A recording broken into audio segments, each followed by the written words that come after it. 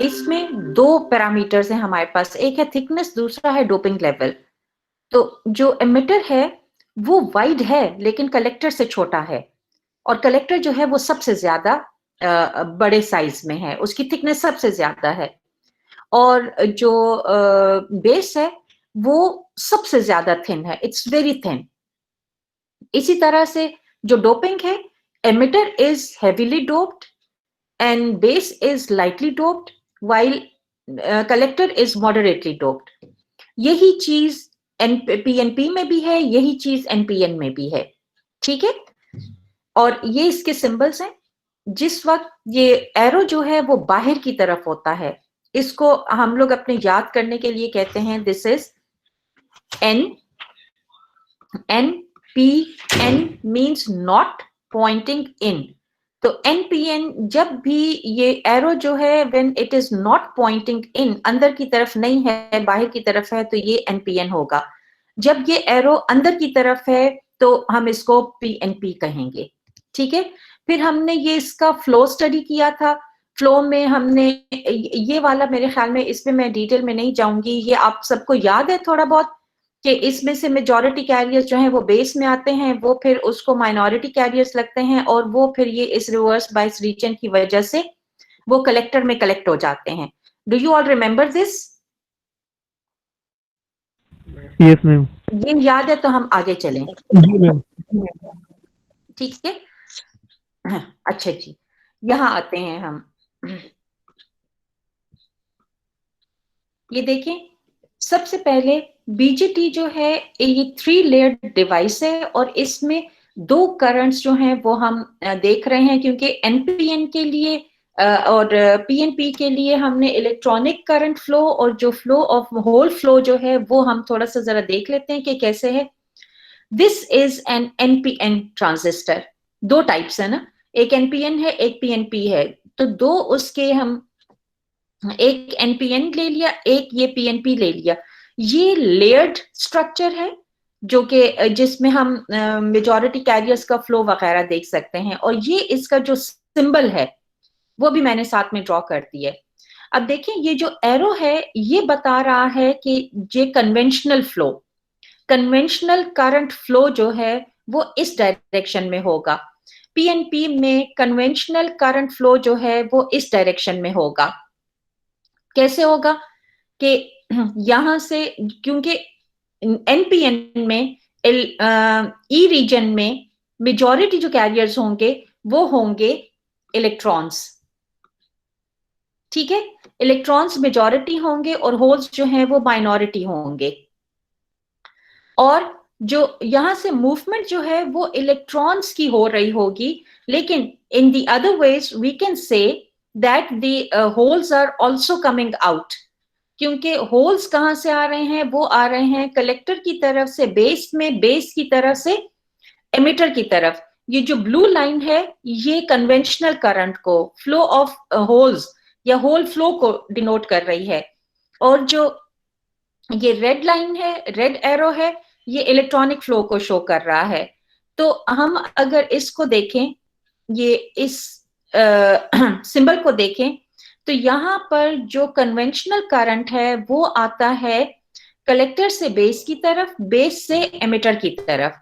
जबकि अगर हम इसको पीएनपी को देखें तो पीएनपी में क्या होगा कि जो होल फ्लो होगा वो इलेक्ट्रॉन सॉरी एमिटर से बेस की तरफ, बेस से कलेक्टर की तरफ जाएगा, और इस जंक्शन पे कुछ जो है वो लीकेज करंट भी आएगा, जो पिछली स्लाइड मैंने अभी आपको दिखाई है वो इसमें, उसमें हमने ये काफी डिटेल में डिस्कस किया था कि जो भी यहाँ पर माइनॉरिटी कैरियर्स या मेजॉरिटी कैरियर्स जो एन में अपेयर होंगे, उनकी 3 पॉसिबिलिटीज हैं, या तो वो रिकम्बाइन करेंगे, या वो आगे पास कर जाएंगे, और या फिर कुछ जो है वो लीकेज करंट या बेस टर्मिनल की तरफ आ जाएंगे।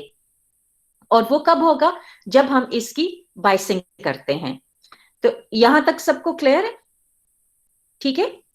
और and if the arrow is not pointing in, then it is an NPN. NPN means not pointing in. ये अपनी आसानी के लिए है, आप अगर किसी और तरह से इसको याद रखना चाहते हैं कोई मसला नहीं है। conventional current is from collector to emitter in NPN, while in PNP conventional current is from emitter to collector. ठीक है, और जो NPN टाइप ट्रांजिस्टर है वो ट्रांजिस्टर सबसे ज्यादा यूज होता है, ज्यादातर यही यूज किया जाता है. Why? Because the electron mobility mu e is greater than the hole mobility. तो चूंकि इसकी मोबिलिटी, इलेक्ट्रॉन्स की मोबिलिटी ज्यादा है और इसमें फ्लो ऑफ इलेक्ट्रॉन्स को हम ज्यादा कंसिडर कर रहे होते हैं, जिसकी वजह से कन्वेंशनल करंट जो है वो अकर कर रहा होता है, तो ज्यादातर जो ट्रांजिस्टर्स यूज होते हैं वो एनपीएन ट्रांजिस्टर यूज होते हैं. कुछ सर्किट्स में, कुछ कंडीशंस में पीएनपी भी यूज होता है. Is this clear? Yes ma'am. अच्छा, फिर इसके बाद हम देखते हैं basically why are we studying transistor, what is the use of transistor, what is the significance of transistor. Basically transistor का जो सबसे इंपॉर्टेंट काम है वो है एम्प्लीफिकेशन. तो एम्प्लीफिकेशन के लिए हमें ट्रांजिस्टर को एक्टिव रीजन में बायस करना पड़ता है, इस रीजन में. ठीक है, और यहां पर एक चीज और हम साथ में देख रहे हैं, वो हम ये देख रहे हैं कि इसका एक और भी फंक्शन होता है जिसको हम कहते हैं स्विचिंग. ठीक है, तो उसमें वो कट ऑफ रीजन और ऑन सैचुरेशन रीजन में स्विच कर सकता है, मूव कर सकता है from the cut off to the saturation region. लेकिन बीजेटीज का जो मेन पर्पस है दैट इज द एम्प्लीफिकेशन, और उसके लिए हमें हर सूरत में एक ट्रांजिस्टर को, चाहे वो पीएनपी हो चाहे वो एनपीएन हो, उसको हमें एक्टिव रीजन में लाना पड़ता है. और एक्टिव रीजन में लाने के लिए हमारी जो मेन जो कंडीशन है दैट इज नॉर्मल बायसिंग. और नॉर्मल बायसिंग क्या है? Normal biasing is the biasing in which the emitter based junction should be forward biased and the collector based junction should be reverse biased in any condition.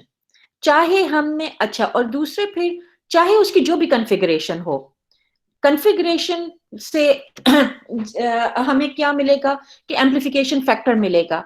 Configuration से हमें कुछ internal और output resistances और कुछ parameters मिलते हैं जो कि हम कैरेक्टरिस्टिक्स से उनके निकालते हैं, वो भी आपको मैं अभी बताती हूँ.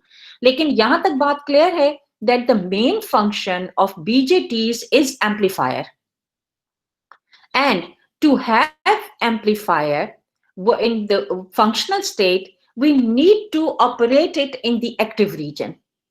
ठीक है, इसकी और स्विचिंग जो है, स्विचिंग के लिए हमारे पास एफईटीज भी हैं, क्योंकि उसमें स्विचिंग फास्ट होती है तो इसलिए उनको यूज करते हैं. ऑल्दो ये भी यूज हो सकता है, लेकिन एफईटीज जो हैं, जो कि फील्ड इफेक्ट ट्रांजिस्टर्स हैं, वो स्विचिंग के लिए ज्यादा यूज होते हैं. अच्छा जी, इसमें आए तो इसकी एक एनालॉजी है कि एमिटर, बेस और कलेक्टर जो हैं वो किस तरह से लगते हैं. फॉर एग्जांपल, एक टैंक है जो कि वाटर टैंक है which is filled with water, लेकिन उसमें से जो वाटर फ्लो है टूवर्ड्स योर कंटेनर, वो तब काम करेगा जबकि उसमें आप उसकी टैप को ओपन कर दें. फिर टैप को कंट्रोल करके आप कितना पानी ओपन करना चाह रहे हैं, कम आए या ज्यादा आए, जो फ्लो है, the flow of water can be controlled by this tap. ठीक है, और कलेक्टर जो है वो शो करेगा ये बकेट जो है कि इस बकेट में कितना पानी आना चाहिए, ये सारा हम कंट्रोल कर सकते हैं with the help of this tap. बिल्कुल उसी तरह से जो ये फिल्ड टैंक है, that is just like the emitter is just like the filled tank. Base is the tap. Base के जरिए आप कंट्रोल करते हैं the flow of current from the emitter to the collector. Is this clear? Yes, ma'am. Is it clear? अच्छा, अब देखो ma'am ये जी, ma'am ये जो टेप वाली पिक्चर है मैम, आपने इसमें कहा कि जो नलके से अगर पानी वगैरह निकलेगा तो वो नीचे आपने उसके साथ कलेक्टर लिखा है ना, तो ये जब निकलेगा फिर ये तो इमीटर होगा ना, ऊपर जो है जो टैंकी में है वो कलेक्टर, क्योंकि वहां पे तो कलेक्ट हुआ है पानी। नहीं, वो जो है वो स्टोरेज है ना, उसने एमिट करना है। हेवीली डोप्ड एमिटर जो है उसमें ऑलरेडी मौजूद है, उसमें concentration, higher concentration of majority carriers पहले से मौजूद हैं। तो ये बिल्कुल उस तरह है। देखें, बकेट आपके टैप जो है, टैप के साथ बकेट लगी हुई है, लेकिन टैंक तो ऊपर होता है घर में, वो तो ऑलरेडी फिल्ड होता है, वो एमिट करता है। एमिट और कलेक्शन, इसमें फर्क होगा। कलेक्ट क्या कर रहा है और एमिट क्या कर रहा है, ठीक है? तो इसने एमिट करना है, इसने भेजना है, और इसने, कलेक्टर ने कलेक्ट करना है। Okay ma'am. ठीक। अच्छा जी, फिर इसमें आप देखें ये वाला जो सर्किट है, ये इसको, ये जो अभी हमने ये स्टडी किया है यहाँ पर मैम जी, मैम एमिटर का साइज जो है वो बड़ा होता है ना? नहीं, एमिटर की डोपिंग बड़ी होती है, ज्यादा होती है। एमिटर का तो साइज जो है वो कलेक्टर से कम होता है। अच्छा, सही, कलेक्टर में डोपिंग कम होगी इस वजह से वो डोपिंग चाहते कम होगी, बिल्कुल। ये अभी अभी हमने रिवाइज किया है। हैं। ये सही, देखें, यही वाले, ये जो एनपीएन का और पीएनपी का यही सिंबल्स जो हैं, इनको मैंने अगले पेज पे इनसे सर्किट बना दिया, ठीक है, जो कि हम एम्प्लीफिकेशन के लिए यूज कर सकते हैं। तो अब देखें, यहां पर जो एक रेजिस्टर हमने यहां कनेक्ट कर दिया, एक हमने यहां पर ये एक्सटर्नल बैटरी कनेक्ट कर दी, हमने यहां पर एक्सटर्नल बैटरी कनेक्ट की है, और यहां पर हमने ये रेजिस्टर कनेक्ट किया है। अब देखें, जो हमने कहा है कि नॉर्मल बायसिंग जब होगी तो emitter base junction is forward biased, collector base junction is reverse biased. ये हम ले रहे हैं पी एन पी, हम पीएनपी ले रहे हैं क्योंकि इसमें जरा इसको स्टडी करना आसान है। उसके बाद आप जब इसको बिल्कुल रिवर्स करते हैं, इसकी बैटरीज की प्लेसमेंट, तो एग्जैक्टली वो एनपीएन के लिए हो जाएगा। तो पहले हम ये देख लेते हैं। अब ये देखें, यहां पर अगर हम देखें, this is P, this is N, तो P is connected to the positive terminal of VEE, और N is connected to the, कहा आपने सॉरी आवाज कट रही है। मैम, आवाज कट रही है आपकी। अच्छा, अब देखिए आफाफ, जी मैम। अभी आ रही है? जी मैम, अभी सही है। अच्छा, ठीक है, ओके। तो यहां देखें कि this positive terminal is connected to P and the negative terminal is connected to N. ये हमारा एक जंक्शन पी और एन का एक जंक्शन, एमिटर और बेस का एक जंक्शन जो है, this is now forward biased. ये ई बी जो है, दिस इज फॉरवर्ड बायस्ड। अब इसको हम देखते हैं कि जो सी और बी है, this should be reverse biased, ठीक है। तो ये रिवर्स बायस कैसे हुआ कि ये एन है, B is N and P is collector, or this is connected to the negative. When the P terminal is connected to the negative terminal of the battery, so it is reverse biased, and obviously similarly the N region, which is base region, is connected to the positive terminal of the battery. और यहाँ पर ये जो current flow है, हम हमेशा जब भी लेंगे, जैसे अभी मैंने आपको बताया कि हम जब सर्किट कंसिडर कर रहे हैं, तो जब हम उसको ये ट्रांजिस्टर को लेंगे, तो हम उसमें हमेशा कन्वेंशनल करंट को लेंगे, and conventional current is from positive to negative, ठीक है। अब देखें, ये हमने स्टडी किया है फॉर पीएनपी, ये था पीएनपी ट्रांजिस्टर, ये और ये। अब अगर हम इसी को यहां पर एनपीएन लगा दें, ये एनपीएन हमने कर दिया, और एनपीएन को भी ई और बी को फॉरवर्ड करने के लिए हमें क्या करना होगा, हमें सिर्फ और सिर्फ जो है इसकी डायरेक्शन जो है वो चेंज कर देनी होगी। वीई की जो डायरेक्शन है वो हमने उलट कर दी है, ऑपोजिट कर दी है कि पी के साथ बेस रीजन यहां पर पी हो गया हुआ है तो उसको हमने पॉजिटिव से कनेक्ट कर दिया। ई रीजन जो है वो नेगेटिव हो गया हुआ, एन हो गया हुआ है, उसको हमने नेगेटिव टर्मिनल के साथ कनेक्ट कर दिया हुआ है। ठीक है, इसमें जो डिफरेंस आएगा, और सिमिलरली बी और सी के लिए ये भी हमने स्विच कर दी हैं, मतलब ऑपोजिट कर दी हूं, ये रिवर्स कर दी हैं इनकी पोलैरिटीज को। ठीक, अब देखें सिर्फ जो डिफरेंस आएगा वो भी बहुत छोटा सा होगा, अल्टीमेटली जो है आपके पास रिजल्ट सेम आएगा। लेकिन ये देखें कि इसमें स्विच करने से फर्क सिर्फ क्या आया, अगर हम इस एरिया को नोड कंसिडर कर लें, इस पॉइंट को, ठीक है, so the sum of the currents entering is equal to the sum of the currents leaving. KCL apply करते हैं, जब हम इस पी एंड पी पे केसीएल अप्लाई करेंगे तो I E will be entering and the sum of the leaving currents will be I B plus I C. ये देखें, ये I E is equal to I B plus I C. और अगर हम NPN पे जाएं तो क्या हो रहा है, conventional current, not the electronic flow, conventional current. Electronic flow जो होगा वो एग्जैक्टली उसी तरह से होगा जिस तरह से पीएनपी में कन्वेंशनल फ्लो है, सिर्फ जो एनपीएन होगा उसमें कन्वेंशनल फ्लो जो है वो थोड़ा सा, कन्वेंशनल करंट जो है वो ऑपोजिट हो जाएगा।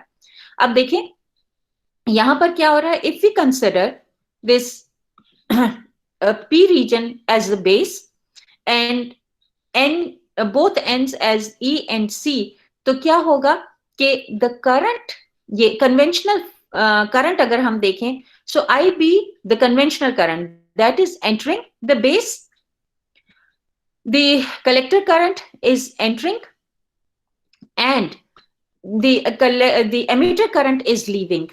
ये हो रहा है, ठीक है।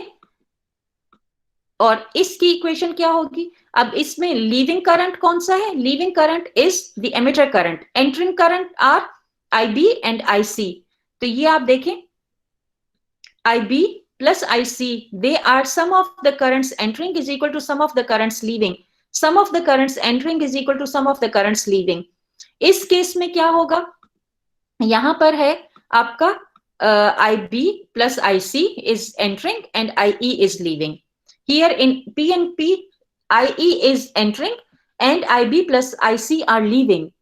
सिर्फ leaving और entering का फर्क हो गया, ठीक, otherwise your equation is the same। ये इक्वेशन चाहे आप एनपीएन के लिए लें चाहे पीएनपी के लिए लें, ये सेम रहेगी।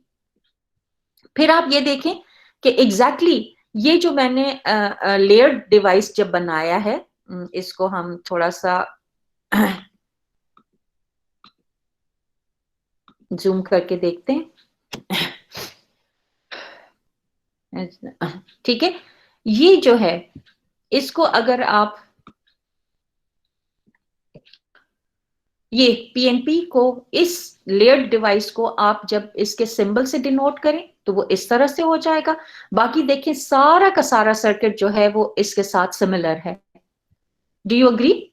सी this circuit is exactly the same as this except for the symbol. ये जो लेयर्ड स्ट्रक्चर है वो सिंबल से रिप्लेस हो गया हुआ है।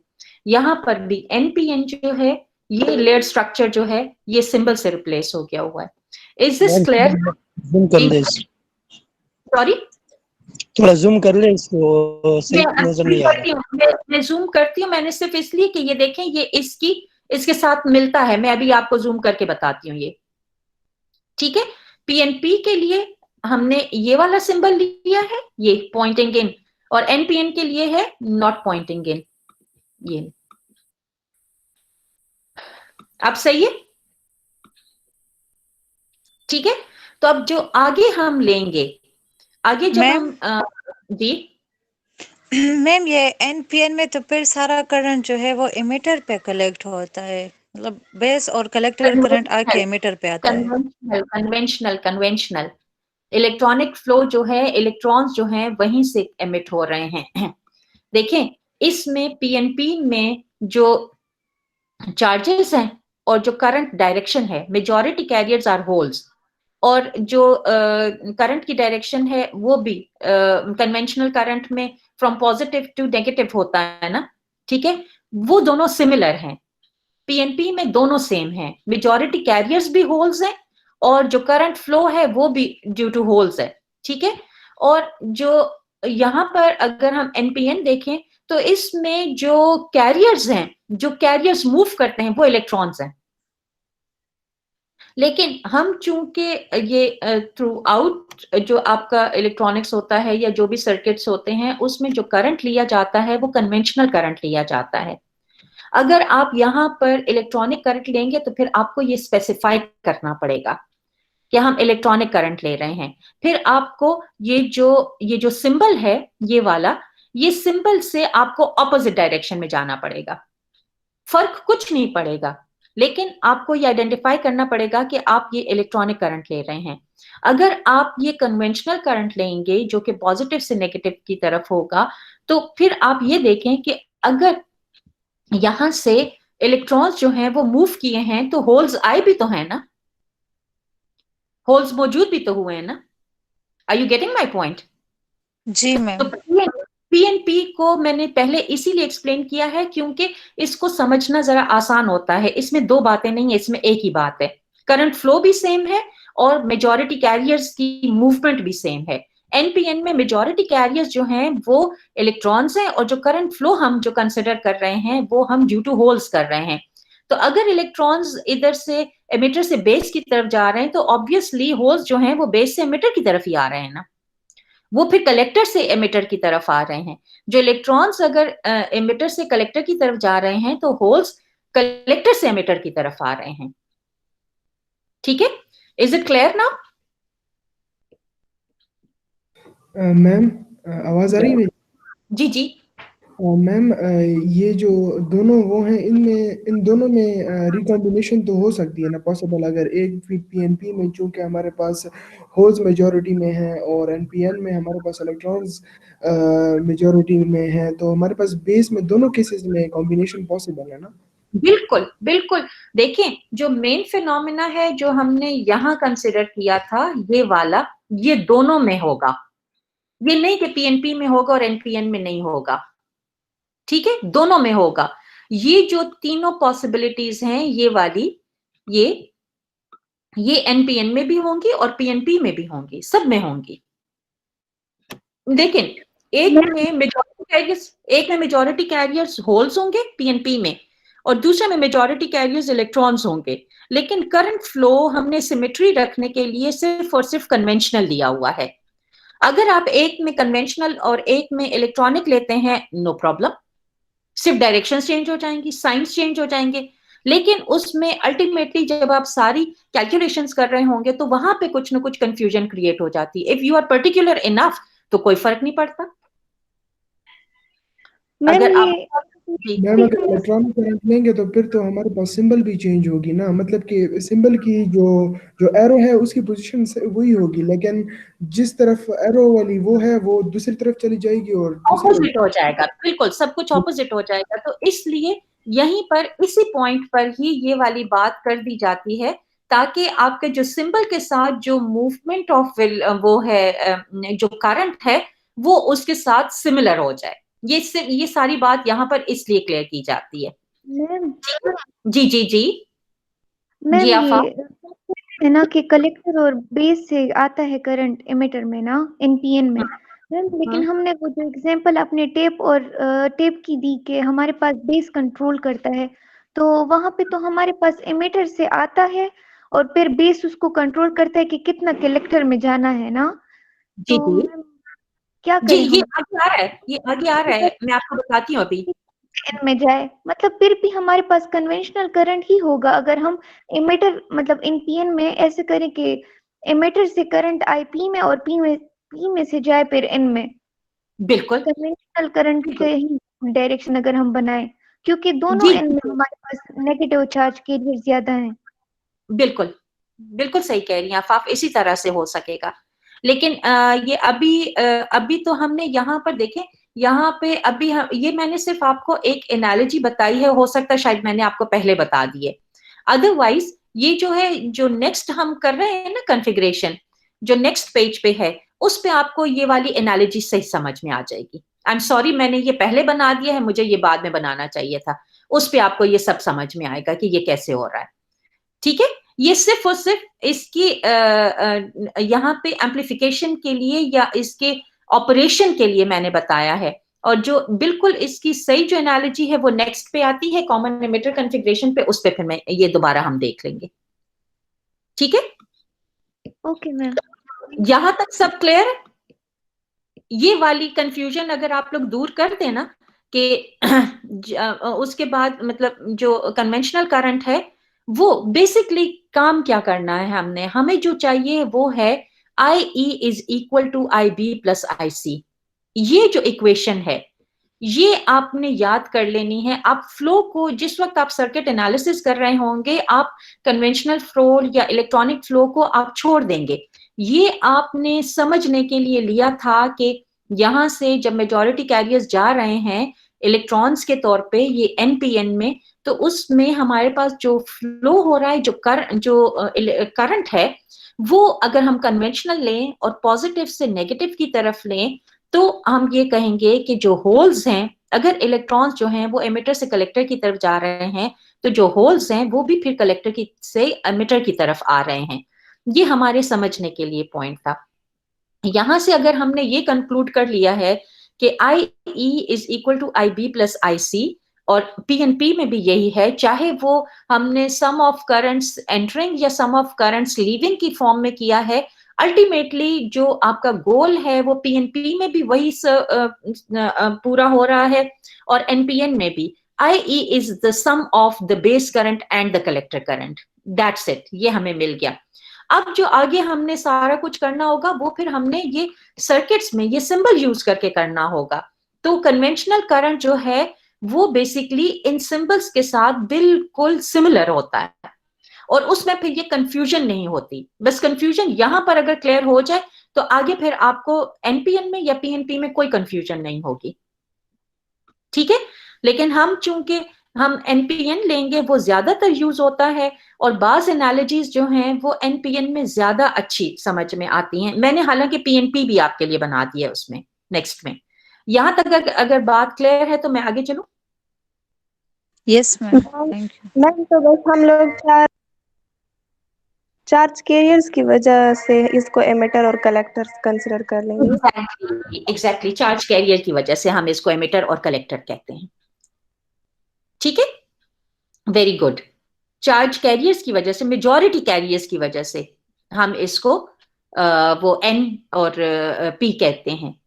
ठीक है, और उनके फंक्शन की वजह से, हर हिस्से के फंक्शन की वजह से हम उसका नाम देते हैं, और वो भी मेजॉरिटी कैरियर्स के पॉइंट ऑफ व्यू से। Is this clear now? Yes, ma'am. Should we move on? ये Yes, ma'am. कुछ इंपॉर्टेंट पैरामीटर्स थे जो हमने उस दिन भी किए थे। ये मैं क्विकली इनसे गो थ्रू होती हूँ। देखें, एक था बीटा, जो कि था ratio of the collector current to the base current, which is always greater than 1, और ये कम से कम 50 होता है, और 450 400 से ऊपर तक के ट्रांजिस्टर्स अभी आजकल मार्केट में अवेलेबल हैं जो कि हमें इतना बीटा देते हैं। तो देखें beta, why is this beta, this factor important? क्योंकि जो बेस पे जब हम करंट देते हैं that is the base current, और जो कलेक्टर करंट है this is the input current, this is the output current. ये अभी नेक्स्ट कॉन्फ़िगरेशन में आपको बहुत अच्छी समझ में आएगी, और वो जो एमिटर वो टैंक और बकेट वाली जो एग्जांपल है वो भी आपको उसमें ज्यादा अच्छी समझ आएगी कॉमन एमिटर कॉन्फ़िगरेशन में। बीटा जो है ये चूंकि लार्ज होता है और IB जो है वो बहुत स्मॉल होता है, तो जब लार्जर क्वांटिटी स्मॉलर क्वांटिटी के साथ मल्टीप्लाई होती है तो वो बहुत ह्यूज नंबर आपको दे देता है। फॉर एग्जाम्पल ये हमने लिया है 10 माइक्रो एम्पियर्स और इधर से हमने इसको कम से कम उससे किया है 100 से मल्टीप्लाई किया है, तो कितना आएगा 1 मिली एम्पियर्स हो जाएगा। ठीक है, आईसी बहुत इनहांस हो जाएगा, माइक्रो से that has shifted to the milli amperes. तो बेसिकली ये जो बीटा है ये इसलिए इंपॉर्टेंट है because this is the amplification factor for a particular type of configuration. और अल्फा जो है that is the ratio of IC and IE and that is always less than 1। अब दूसरी जो हमारे पास अब ये दोनों इंपॉर्टेंट पैरामीटर्स तो हमारे पास हैं, ये बेसिकली आते हैं कैरेक्टरिस्टिक से, लेकिन हम उसकी डिटेल में नहीं जाएंगे, वो बहुत ज्यादा फिर कंफ्यूजन क्रिएट कर देगा। But this is the IC and IB, the ratio of IC and IB, and alpha is the ratio of IC and IE. तो यहां से this is always less than 1। अब ये तो इन दोनों का आपस में क्या रिलेशन है अल्फा और बीटा का, तो अगर हम ये जो पीछे हमने पिछली स्लाइड में जो हमने इक्वेशन ली है that is IE is equal to IB plus IC, अगर हम इस सारी इक्वेशन को IC से डिवाइड कर दें तो देखें आपके पास क्या रिजल्ट आ रहा है, IE by IC, IB by IC and IC by IC, ये तो 1 हो गया। IE by IC क्या है, वो 1 by अल्फा हो जाएगा because alpha is IC by IE, और IB by IC जो है that will be 1 by beta because beta itself is IC by IE। और फिर आप इसमें से ये अल्फा की वैल्यू निकालेंगे तो alpha is beta by 1 plus beta, ये इस इक्वेशन से आप निकाल लेंगे। इसी इक्वेशन को अगर हम रीअरेंज करें और हम बीटा की value in terms of alpha निकालना चाहें तो क्या होगा, इस 1 को हम इस साइड पर लेकर जाएंगे, आपके पास जो वैल्यू बचेगी वो होगी 1 by beta is equal to 1 by alpha minus 1, ये आ जाएगा। इसको रीअरेंज करें तो क्या आएगा, beta will be alpha 1 minus alpha, ये इसकी फॉर्म में आ जाएगा।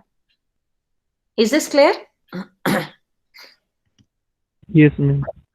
ठीक है, अच्छा अब देखिए हम कुछ हमने उस दिन भी ये बात की थी कॉन्फ़िगरेशंस की। बेसिकली जो कॉन्फ़िगरेशंस हैं वो ये हैं कि हमने जो एम्पलीफायर्स होते हैं या इसमें जब हमने इनपुट भी देना होता है और आउटपुट लेना होता है, ठीक है, फिर हमने ये देखना होता है कि हमेशा ये होता है कि इनपुट पर भी 2 टर्मिनल्स होते हैं, कोई भी सिस्टम हो, कोई 2 पोर्ट सिस्टम जो भी होगा तो उसमें ये होता है कि इनपुट पर भी 2 टर्मिनल्स होते हैं और आउटपुट पर भी 2 टर्मिनल्स होते हैं। तो इनपुट की टर्मिनल्स पे हम इनपुट दे देते होते हैं और आउटपुट की टर्मिनल्स पे हम आउटपुट ले लेते होते हैं, वो मामला बिल्कुल सिंपल होता है। ट्रांजिस्टर का मसला ये है कि इसके 3 टर्मिनल्स हैं, तो इसमें से हमें एक टर्मिनल को खामखा कॉमन करना पड़ता है, एक टर्मिनल को हमें इनपुट लेना पड़ता है, दूसरे को हमें आउटपुट लेना पड़ता है और एक को हमें रेफरेंस लेना पड़ता है या एक को हमें कॉमन करना पड़ता है। इसलिए हम तीनों जो टर्मिनल्स हैं उसमें से किसी को भी हम कॉमन कर सकते हैं, एक को हम इनपुट ले लेंगे, दूसरे को हम आउटपुट ले लेंगे और तीसरे को हम कॉमन कर देंगे।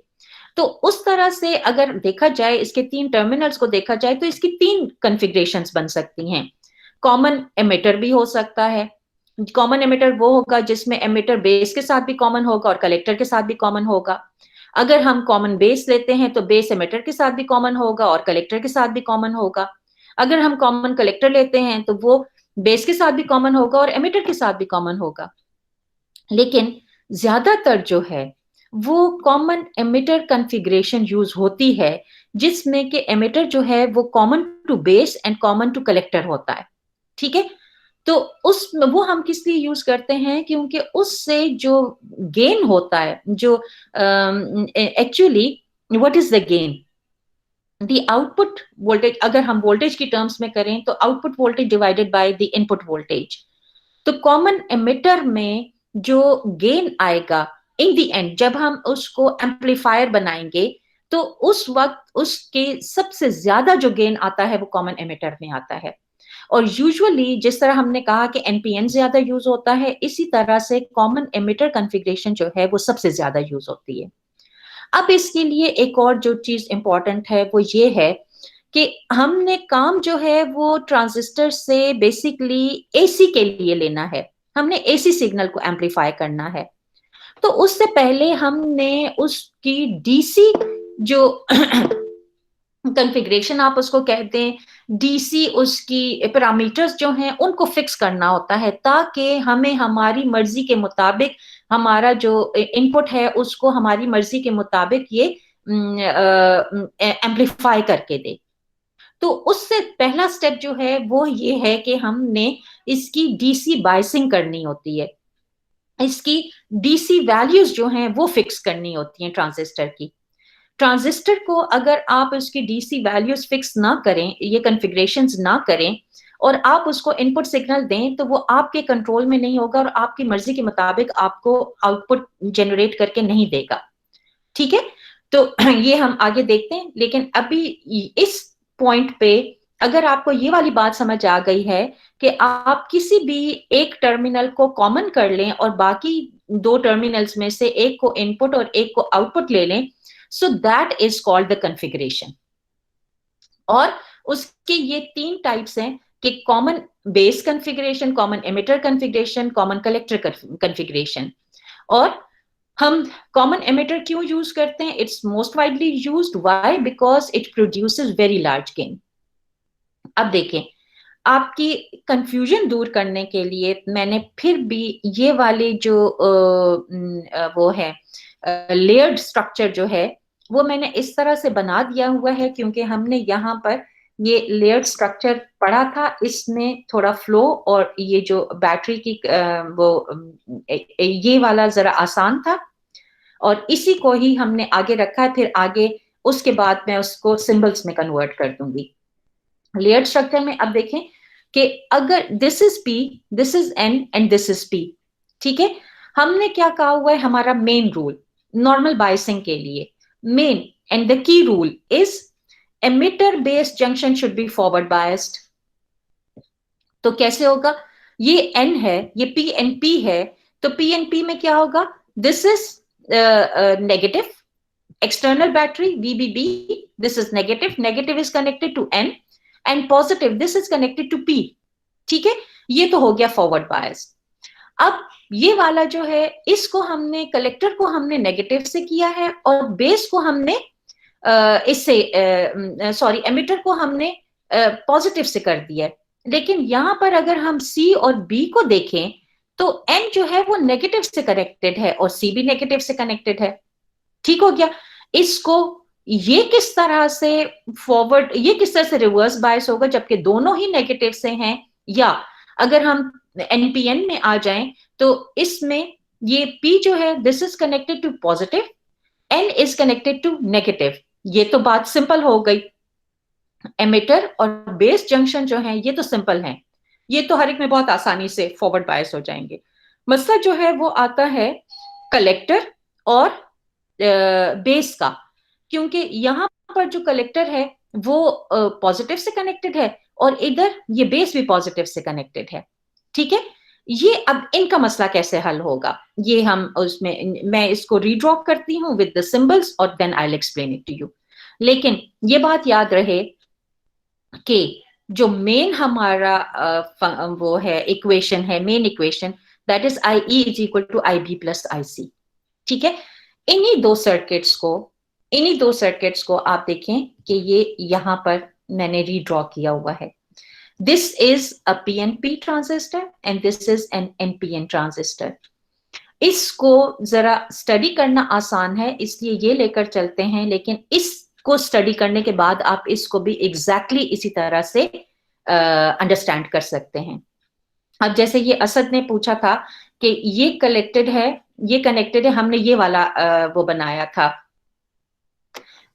सर्किट बनाया था और इसमें ये क्वेश्चन अराइज हुआ था कि यहां पर this is positive, C is positive, B is also positive, but here the difference is that this one is less positive, this is more positive।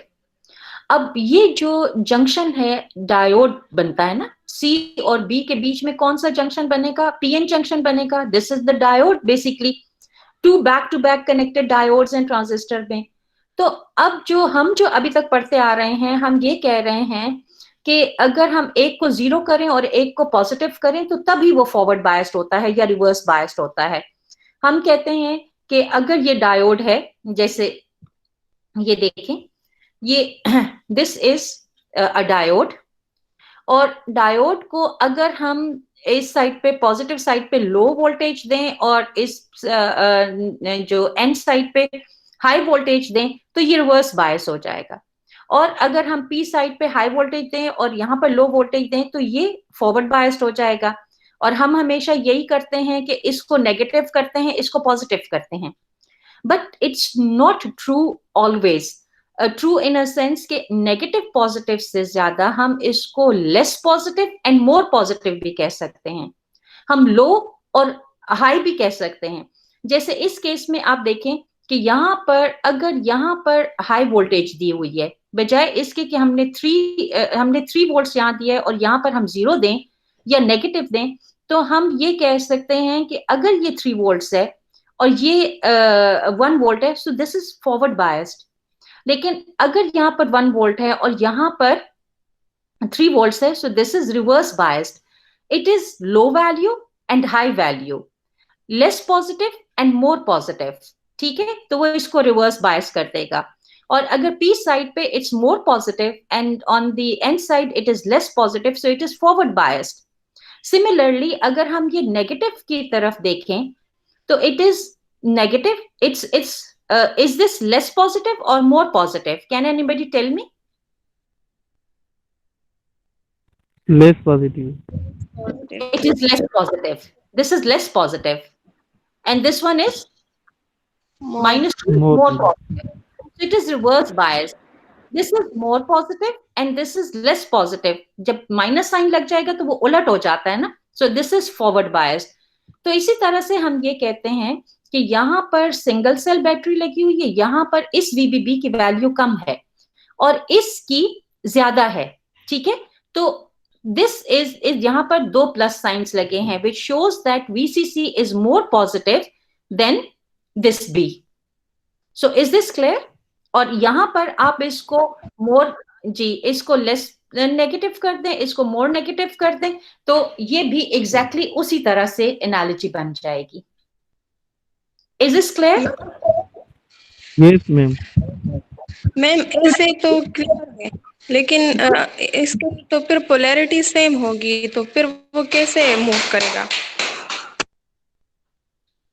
देखें, लेस पॉजिटिव और मोर पॉजिटिव में यहाँ पर जब तक ये जो है ये ज्यादा नहीं होता तो ये इसको इतने यहां से इसकी पुश ज्यादा है इस साइड पर, ठीक है। तो जब ये मोर पॉजिटिव होगा तो तभी ये अदरवाइज अगर ये इक्वल हो तो कोई चार्जेस नहीं मूव करेंगे। अब जब ये यहां पर ज्यादा होंगे तो ये इसको पुश करेंगे। अब अगर यहां पर ये कम नहीं होगा तो वो पुश करके कहां जाएंगे, वो होल्स वो कहां जाएंगे? अगर ये पी साइड है, ये एन साइड है, तो हम होल्स को वो कर रहे हैं, रिपेल कर रहे हैं, यहां से पुश कर रहे हैं टू क्रॉस द जंक्शन। तो अगर यहां से भी इक्वल फोर्स आ रही है तो फिर तो वो मूव ही नहीं कर सकेंगे। तो उसके लिए हमें जरूरी है कि हम इस यहाँ पर कम फोर्स हो ताकि या कम वोल्टेज हो ताकि यहां से जब हम इसको पुश करें होल्स को तो वो यहां पर आ सकें, आगे से उनको इक्वल फोर्स ना मिले या उससे ज्यादा फोर्स ना मिले, क्योंकि वो तो फिर उसको रिपेल करते रहेंगे ना। सही है मैम, समझ आ गई, थैंक यू। ओके, अच्छा जी। अब एक और क्वेश्चन था कि यहाँ पर इधर हमें वोल्टेज नजर आ रही है। अच्छा, उससे पहले मैं जरा आफाफ के क्वेश्चन का एक आंसर दे दूं।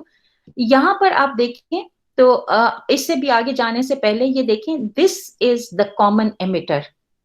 एमिटर हो गया, ये बेस हो गया, ये कलेक्टर हो गया, ठीक है। ये जो है this is our input loop, this loop, this one is our input loop and this one is our output loop, ठीक हो गया। और emitter is common to base and emitter is common to collector. अब ये जो हम base को, जो हमने पीछे जो ये एनालॉजी दी है यहाँ पर कि ये एमिटर और बेस जो है इस पेज पे ये वाली, तो हम बेस से इसको कंट्रोल कर रहे हैं, ठीक है।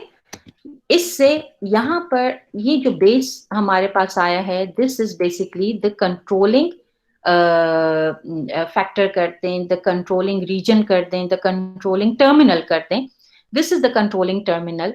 अगर हम बेस पे ज्यादा करंट देंगे तो आउटपुट पे हमें ज्यादा करंट मिलेगा, because IC is equal to beta times IB। ये आपको याद है, अभी मैंने एक जगह पे ये लिखा था, यहाँ पर ये IC is equal to beta times IB। तो जितना अगर आपने यहाँ पर IC कम लेना है तो आप IB को कम रखेंगे, अगर आपने IC ज्यादा लेना है IB को ज्यादा रखेंगे। So is this clear? So in this way, in this configuration, you can control the current, the output current, with the help of the base current, the input current. Is this clear?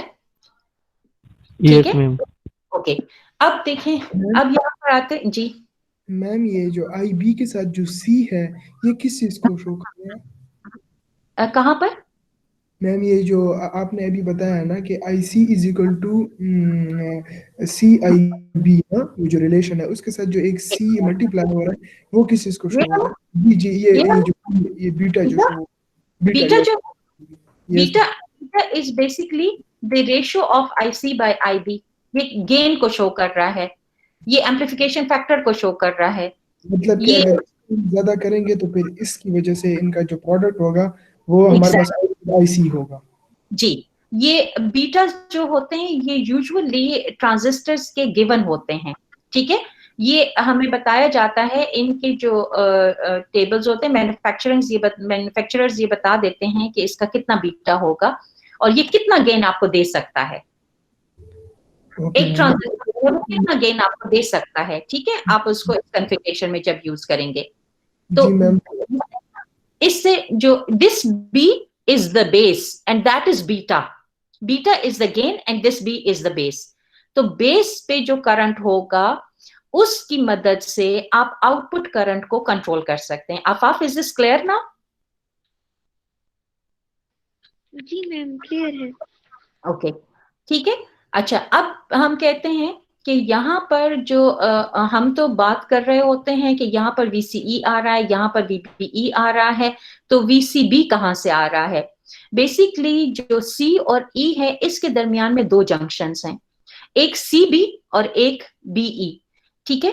तो यहाँ पर जो voltage pair होगी that is basically the sum of these two voltages, the voltage at VCB, the voltage at CB and the voltage at BE. So basically it just looks like this these resistors के कुछ voltage यहाँ पर भी drop हो जाएगी इस junction पर भी, C और B के जंक्शन में, और कुछ वोल्टेज जो है वो B और E के जंक्शन में ड्रॉप हो जाएगी और ये आपका VCE बनेगा। And VCE is basically the sum of VCB and VBE. Is this clear? Yes, ma'am. जी ma'am. Any confusion?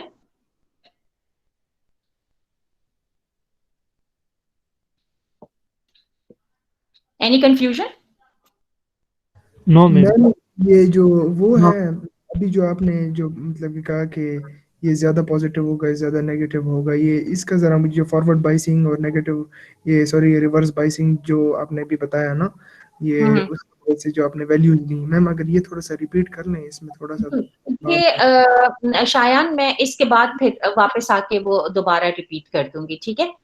Let's get over with this. Okay ma'am. फिर जिन लोगों ने वो समझना होगा वो लोग रुक जाएंगे, तो हम फिर एंड में उसको एक्सप्लेन दोबारा कर लेंगे, ठीक है। अच्छा जी, अब देखें, अब एक और चीज है कि हमने जो एक्टिव रीजन में इसको एक्टिवेट करवाना होता है, मैंने अभी आपको कहा था कि हमें जो सबसे इम्पोर्टेंट जो चीज है एम्पलीफायर की वो क्या है कि we need to get it activated in the active region. Amplifier हमेशा एक्टिव रीजन में होगा, ठीक है। तो अब हमने ये देखना है कि इसको हम एक्टिव रीजन में लाते कैसे हैं और उसके लिए हमें क्या क्या चीजों की जरूरत पड़ती है। तो ट्रांजिस्टर कैरेक्टरिस्टिक्स जो हैं बेसिकली हमारे पास ये जैसे अभी हमने डिस्कस किया कि we have two loops, one is the input loop and the other is the output loop, ठीक है। ये इनपुट है, ये आउटपुट है। तो यहाँ पे आपके पास दो चीजें इंपॉर्टेंट हैं, one is the base current at the input current and the input voltage, the output current and the output voltage. Now the input current is IB and the input voltage is VBE. Transistor से related हम बात कर रहे हैं, हम external की बात नहीं कर रहे हैं। And similarly on the output loop we have the output voltage IC and the output current IC and the output voltage VCE, ठीक है। ये दो चीजें हमारे पास बहुत इंपॉर्टेंट हैं जो कि इंपॉर्टेंट पैरामीटर्स हैं फॉर एम्पलीफिकेशन, क्योंकि एक चीज दूसरे को इफेक्ट करती है, दूसरी जो है वो तीसरे को इफेक्ट करती है और तीसरी जो है वो चौथे को इफेक्ट करती है। अल्टीमेटली हमने यहाँ पे जो वोल्टेज दी है वो यहाँ पर एम्पलीफाई होकर किस तरह से आती है, ये पूरी एक चेन बनती है, इसलिए हमें ये वाले पैरामीटर्स जरूर चाहिए होते हैं। अब यहाँ पर कुछ कैरेक्टरिस्टिक्स होते हैं, दो तरह के होते हैं, इनपुट कैरेक्टरिस्टिक्स होते हैं, आउटपुट कैरेक्टरिस्टिक्स होते हैं। हम इनपुट की इतनी डिटेल में नहीं जाते हैं, लेकिन ये है कि जितने भी कैरेक्टरिस्टिक्स होंगे इसमें जो सबसे इंपॉर्टेंट चीज है वो उनकी स्लोप होती है। And the slope of, for example यहाँ पर अगर हम स्लोप लें तो slope of the voltage x axis divided by ये करंट जो है या वाई एक्सिस, बेसिकली स्लोप क्या होती है, that is y by x, यही होता है ना, y2 minus y1 divided by x2 minus x1। ये यहाँ पर मैंने ये जरा गलत लिखा है, दिस इज 1 ओवर स्लोप, ये 1 ओवर स्लोप है। अगर हम del VB by del IB लें, अगर हम स्लोप लेंगे तो वो होगा del IB divided by del VBE। इसको मैं मार्क कर लेती हूँ ताकि मैं ये करेक्शन कर लूं, ठीक है। तो the slope will be del IB divided by del VBE, लेकिन जब हम 1 ओवर स्लोप लेंगे तो वो हमें रेजिस्टेंस मिल जाएगा, और अगर हम स्लोप लेंगे तो वो हमें कंडक्टेंस मिलेगी, ठीक है। और यहाँ पर ये जो है ये this is 1 over, I will write this is 1 over slope, this is 1 over slope, ये 1 ओवर स्लोप होगा, ठीक है। स्लोप जो होगा वो होगा del IB by del VBE, और ये इंटरनल रेजिस्टेंस यूजुअली आपको देता होता है, और ये रेजिस्टेंस जो है ये हमें एम्पलीफिकेशन के लिए चाहिए होगा, ये मैं अभी आपको वहां पर बताऊंगी। आउटपुट कैरेक्टरिस्टिक्स पे आ जाते हैं। आउटपुट कैरेक्टरिस्टिक्स क्या है कि इसको मैं जरा थोड़ा सा मैग्नीफाई कर लेती हूँ, और ये देखें आउटपुट कैरेक्टरिस्टिक्स में हमारे पास पैरामीटर्स कौन कौन से हैं। आउटपुट कैरेक्टरिस्टिक्स में आपके हैं IC और VCE, और इनपुट पे आपके पास क्या थे, IB और VBE। यहाँ देखें, यहाँ आपने इनपुट पे कर्व बनाया था IB और VBE के दरमियान, और यहाँ पर आप बनाएंगे IC और VCE के दरमियान। अब देखें यहाँ पर अगर हम IC और VCE के दरमियान में ये कैरेक्टरिस्टिक्स बनाते हैं, तो ये आपने IB is equal to 0 micro ampere से स्टार्ट लिया, फिर एक आपने ये बेसिकली हम जब सर्किट बना रहे होते हैं तो सर्किट में हम जो एक्सटर्नल वोल्टेजेस हैं उनको जब हम चेंज कर रहे होते हैं तो उसी से ही ये कर्व्स जो हैं वो हमारे पास आते हैं। ये हम मेजर करते हैं ट्रांजिस्टर के अगेंस्ट, और ये वाले कर्व्स जो हैं वो अपेयर हो रहे होते हैं। जितने आप उसको करंट दे रहे हैं या जितना आप उसको एक्सटर्नल जो आपने बैटरीज कनेक्ट की होती हैं यहाँ पर, इसको अगर हम वेरी करें, इनको हम वेरी करें तो हम ये कैरेक्टरिस्टिक कर्व्स जो हैं वो हम ऑब्टेन कर सकते हैं। हम उसके बाद की बात कर रहे हैं कि जब ये आउटपुट कैरेक्टरिस्टिक्स आपके पास आ जाएं तो उसके बाद एक्चुअली हम चाह क्या रहे हैं, हम चाह रहे हैं कि ये वाला जो रीजन है जो कि एक्टिव रीजन कहलाता है, ये पोर्शन जो कि सैचुरेशन और कट ऑफ से अलग ये जो रीजन है ये है एक्टिव रीजन, और इसमें हमने ट्रांजिस्टर को बायस करना है, इसमें हमने ट्रांजिस्टर को काम करवाना है, उससे हमने एम्प्लीफिकेशन का काम लेना है। और इस रीजन में ये common base collector base reason जो होगा वो रिवर्स बायस होगा और एमिटर बेस जंक्शन जो होगा वो फॉरवर्ड बायस होगा। जबकि ये जो रीजन है ये है बेस एमिटर भी फॉरवर्ड बायस होगा और कलेक्टर बेस जो है वो भी फॉरवर्ड बायस होगा in the saturation region. Cut off region वो वाला रीजन होगा जो कि IB इज इक्वल टू 0 से नीचे नीचे होगा और वो बिल्कुल कट ऑफ करेगा और उसमें कलेक्टर बेस रीजन भी रिवर्स बायस होगा और बेस एमिटर जंक्शन जो है वो भी रिवर्स बायस होगा। अब यहाँ पर बेसिकली होता क्या है कि एक्टिव रीजन में जो आउटपुट करंट है that controls the input current controls the output current. IC control करेगा VCE को, IB कंट्रोल करेगा IC को, VBE कंट्रोल करेगा IB को और VBE control basically VBE control कर रहा है VCE को। ये देखें,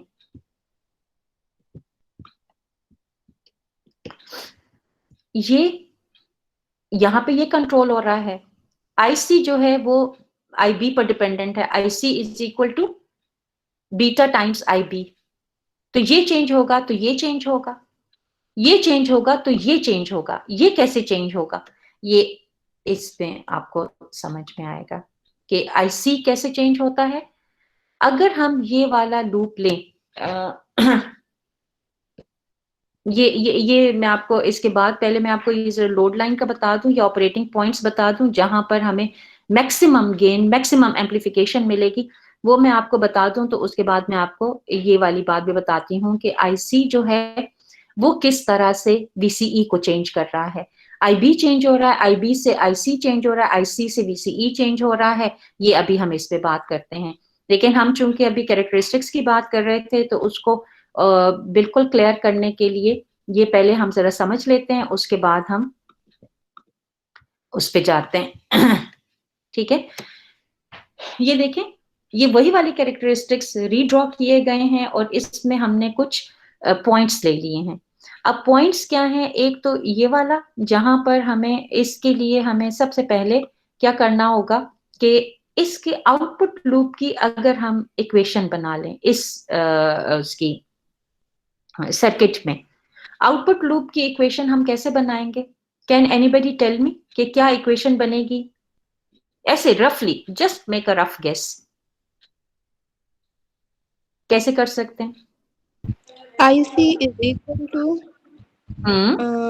IB और फिर IE बीटा IE माइनस। मैं इसकी बात कर रही हूँ, इस लूप की, इस लूप के अंदर अंदर रहे। Kirchhoff voltage law. Very good, Kirchhoff voltage law कैसे? VCC माइनस IC जी जी, ये VCC माइनस VIC जी, और मैम VBC प्लस VBE। नहीं, अच्छा आप लोग दो लूप्स में अलग अलग चले जाते हैं। देखिए, this one is one loop, ये वाला, ठीक है, ये पूरा एक लूप है और ये जो है ये दूसरा लूप है। क्या आप बता सकते हैं? मैम प्लस VCC और माइनस IRC। वेरी गुड, और यहाँ पे कोई और वोल्टेज आपको नहीं? दूसरा रेजिस्टर तो नहीं है ना यहाँ पे, सिर्फ एक ही है। लेकिन वोल्टेज अक्रॉस द जंक्शंस तो मौजूद है ना, ट्रांजिस्टर की तो वोल्टेज मौजूद है। Ma'am minus PCE very good, minus PCE और फिर उसके बाद मैम फिर तो नहीं है और कुछ। बिल्कुल, ये आफाक ने जो बताया और एक शायद मैं वो सेक्रेटरी नूर रहमान थे कि कौन थे जिन्होंने बताया, जिन्होंने ये किसने कहा? नूर रहमान। Very good. बिल्कुल सही है, आफाफ ने और नूर रहमान ने बिल्कुल सही बताया। देखें VCC माइनस यहाँ पर जो वोल्टेज ड्रॉप है, this voltage drop is RC times IC, so minus IC RC। और यहाँ पर एक और भी, यहाँ पर मैंने बाकायदा उसका नाम भी लिखा हुआ है VCE, this is the voltage across CE, जो कि अभी हमने पीछे पढ़ा था, which is the sum of the voltage at the collector base junction and the voltage at the base emitter junction. ठीक है, ये वाली वोल्टेज आएगी। और चूंकि एमिटर के बाद कोई रेजिस्टर और कुछ भी नहीं है इस सर्किट में, सो दैट्स इट, यही 3 टर्म्स होंगी। तो आपकी जो वोल्टेज आती है वो बेसिकली आई मीन जो इक्वेशन आती है वो क्या आती है, वो आती है, ये इक्वेशन बनेगी VCC minus IC RC minus VCE।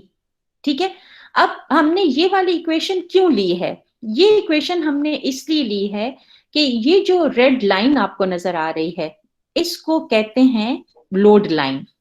ये लोड लाइन हम इन कैरेक्टरिस्टिक्स पे ड्रॉ कर सकें तो हम बहुत अच्छे तरीके से ये बता सकते हैं कि किस ऑपरेटिंग पॉइंट पे कितनी IB होगी, तो ये हमारा जो सर्किट है, हमारा जो ये एम्पलीफायर बनने जा रहा है, ये कितना उसको एम्पलीफाई करेगा और किस रीजन में कितना एम्पलीफाई करेगा, ताकि हम उसके मुताबिक ये IB चूज करें और फिर हम इसको इनपुट वोल्टेज दें तो ये हमें एम्पलीफाई करके दे। Is this clear? तो ये यहाँ से अभी बात क्लियर नहीं हुई। सॉरी, आवाज कट गई। जी मैम, पता नहीं क्या कहा आपने।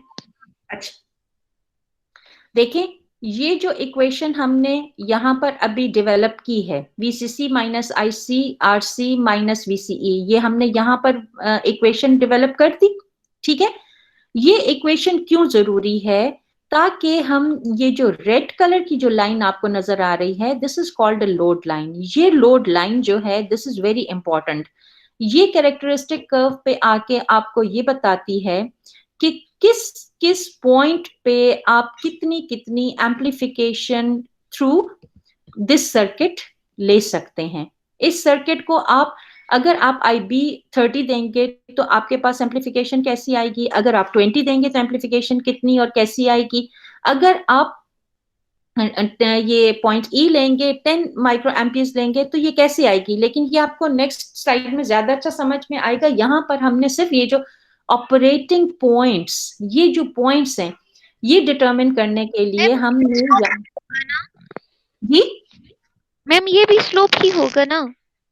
जी ये भी स्लोप है, ये वो नेगेटिव स्लोप है। ठीक है, लेकिन इसमें हमें जो पॉइंट्स चाहिए हैं, जिस पॉइंट पे मैं आपको लेके जाना चाह रही हूँ वो ये है कि इसका कि IC हमारे पास मैक्सिमम कितना हो और VCE हमारे पास मैक्सिमम कितना हो।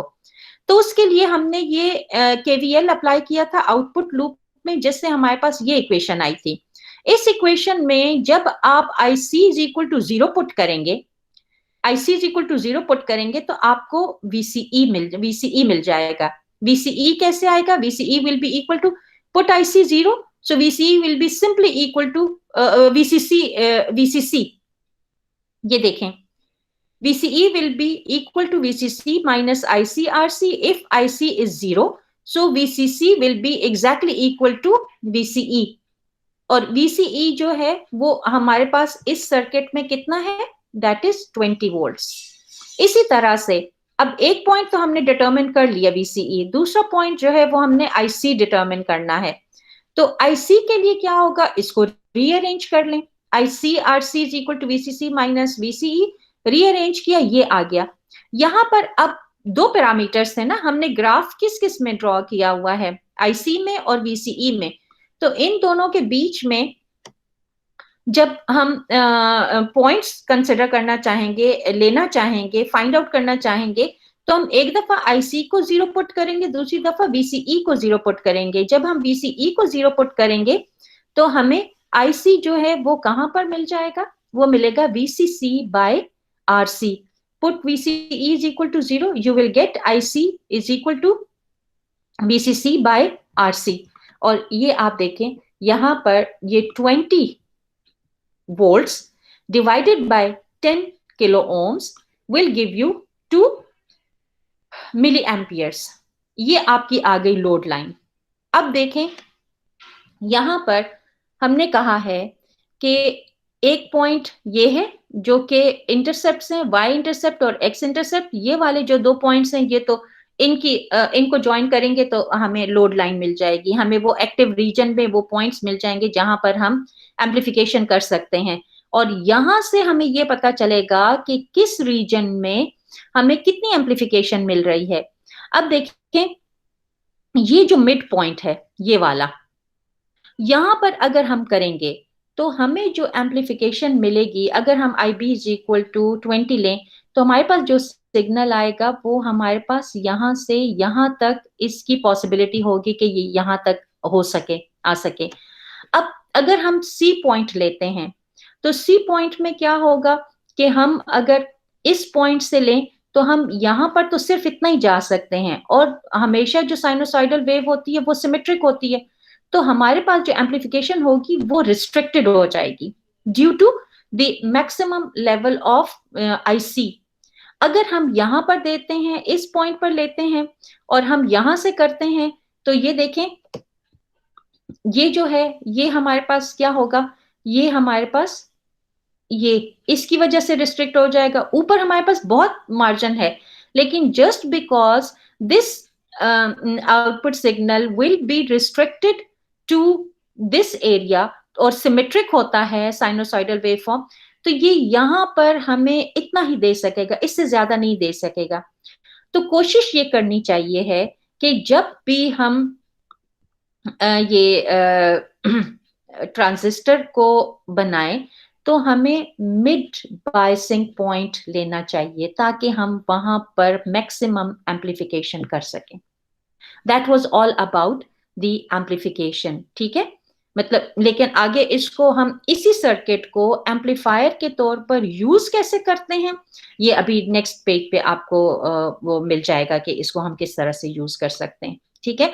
और यहां देखें एक और चीज जो मैंने आपसे कहा था, जब हम ये लूप इक्वेशन बना लेंगे तो फिर आपको मैं बता सकती हूँ कि ये किस तरह से इफेक्ट करता है, IC कैसे इफेक्ट करता है आपकी VCE की वैल्यू को, ठीक। अब देखें जो जब हमने कहा है कि IB जो है वो IC को इफेक्ट करता है by the equation IC is equal to beta times IB, ठीक है, उससे IC इफेक्ट हो गया। अब IC जो है वो इस इक्वेशन में यूज हो रहा है यहाँ पर। अगर हम कहते हैं कि VCE जो है, जो हमने यहाँ पर बताया है VC is equal to VCC minus IC RC, अगर IC इंक्रीज होगा तो VCE डिक्रीज होगा, अगर IC जो है वो डिक्रीज होगा तो VCE जो है वो इंक्रीज होगा, ठीक है। तो ये इससे VCE इफेक्ट हो रहा है। Are you getting my point? तो मैंने जो आपसे कहा था कि IB जो है वो अफेक्ट करेगा IC को और IC जो है वो अफेक्ट करेगा इस VCE को। तो इस इनपुट वोल्टेज, इस करंट की वजह से आपका जो ये आउटपुट करंट है वो भी इफेक्ट हो रहा है और उस आउटपुट करंट की वजह से आपका आउटपुट वोल्टेज भी इफेक्ट हो रहा है। Is this clear? अब is it clear? Yes ma'am. और अब अगर हम देखें कि इस सर्किट को, एग्जैक्टली इसी सर्किट को अगर हम यूज करना चाहते हैं एज एन एम्पलीफायर, तो यहाँ पर हमने क्या बात की थी, हमने कहा था कि ट्रांजिस्टर को ऑपरेट करने के लिए उसकी जितनी भी DC वैल्यूज हैं वो हमें फिक्स करनी है ताकि उस जगह पे वो हमें एम्पलीफिकेशन के लिए ये तैयार हो जाए, और फिर हम इसको इनपुट सिग्नल्स देंगे एट द इनपुट टर्मिनल्स और आउटपुट हम जब लेंगे तो वो हमें एम्पलीफाइड सिग्नल्स मिलेंगे। तो ये नेक्स्ट में हम अब ट्रांजिस्टर को यूज कर रहे हैं एज एन एम्पलीफायर। अगर आप देखें तो जो आपका ये जो सर्किट है, क्या ये वही वाला सर्किट है जो अभी हमने स्टडी किया? ये वाला, do you all agree? Yes ma'am. कुछ इसमें मैम इसमें कैपेसिटर लगा है। नहीं, मैं इसकी बात कर रही हूँ, बाकी की अभी मैं बात नहीं कर रही। क्या ये वाला वही सर्किट है जो अभी पिछली स्लाइड पे हमने स्टडी किया, ये वाला? जी मैम, जी बिल्कुल। एग्जैक्टली वही है ना, इसमें कोई मसला तो नहीं है ना?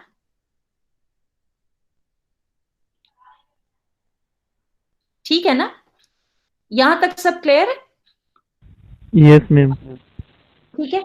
अब जब इसी सर्किट को, जिसको हमने अपनी मर्जी के मुताबिक एडजस्ट कर लिया है, इसका बीटा भी 50 है, इस पे हमने ये वाला जो लोड लाइन वगैरह थी वो भी हमने देख ली है, हम इसको अब जिस पॉइंट पर भी ऑपरेट करवाना चाहें हम इसको करवा सकते हैं, वो हम कंट्रोल करेंगे with the help of IB.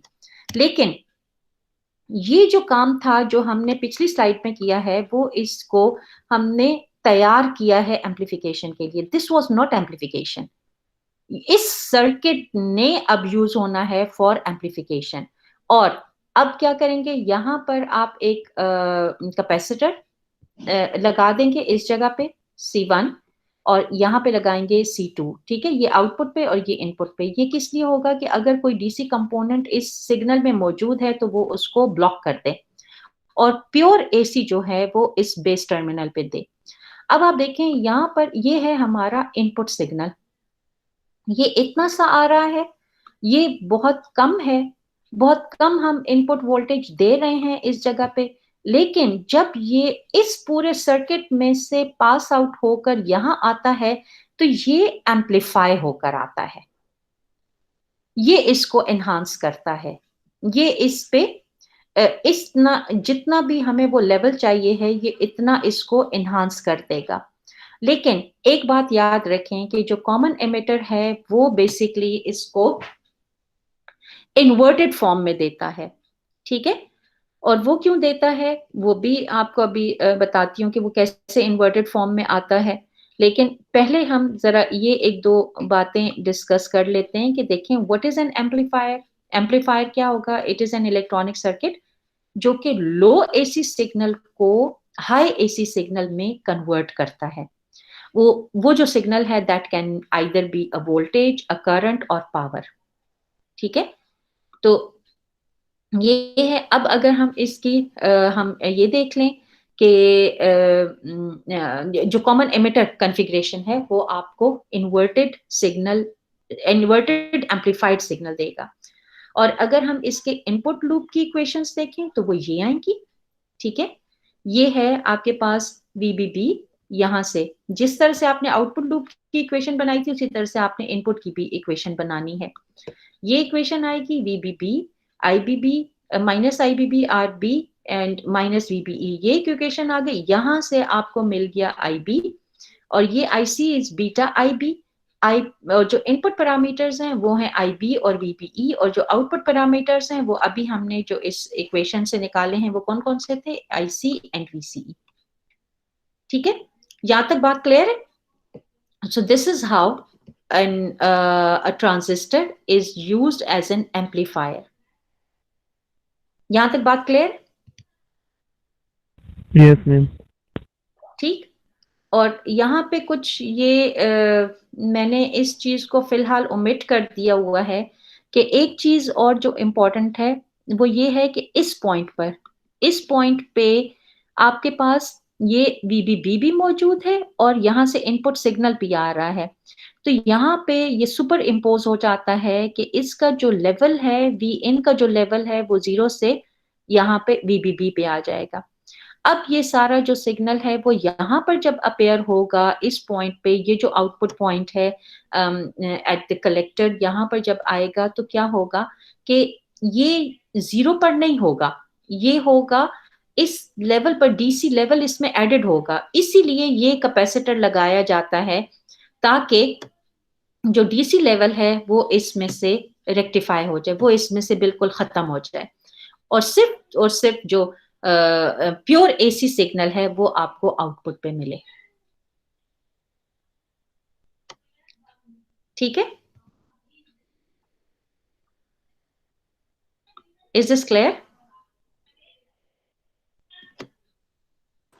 yes ठीक, इसमें फिर एक दो चीजें हैं, वो है गेन्स ऑफ एम्पलीफायर। इसकी मैं डिटेल्स में नहीं गई, लेकिन ये है कि 3 तरह के गेन्स होंगे इसमें। एक होगा वोल्टेज गेन, करंट गेन और power gain.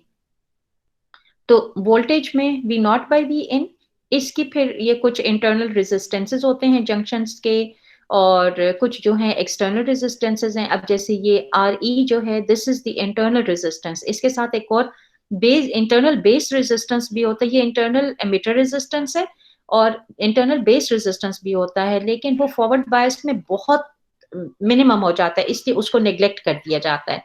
And this is the external resistance which is a collector resistance.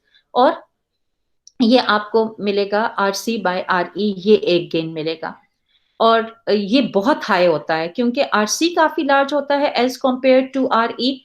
तो जब हम इनका रेशियो देखते हैं तो वो बहुत हाई वैल्यू हमारे पास आती है, very small value and very large value. So this will come out to be a very very large value. इसी तरह से हमने कहा है कि जो करंट और आउटपुट करंट और इनपुट करंट के बीच में जो रेशियो है, that is basically beta, and this is also a very large quantity.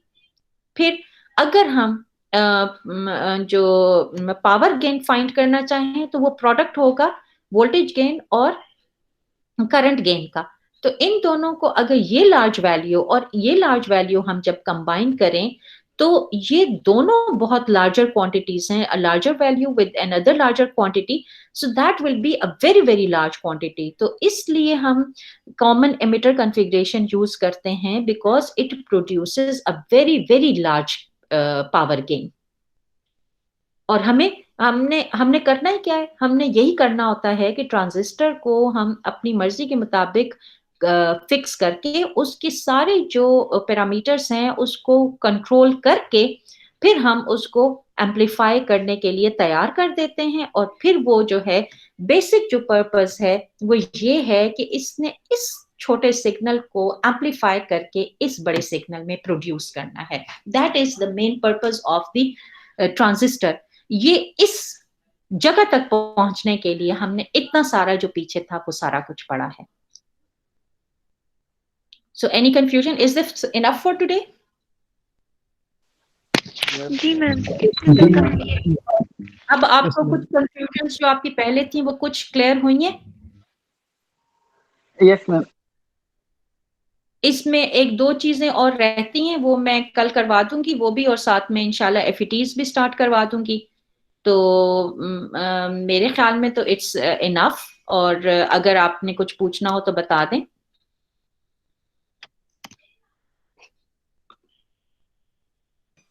Ma'am मेरे पिछले लेक्चर्स में कुछ क्वेश्चंस वगैरह हैं, अगर आज आपको टाइम मिले तो वो जरा डिस्कस कर लें। हाँ जी, क्लास के बाद कर लेते हैं। Okay sure ma'am. आप you can stay back and then we can discuss. लेकिन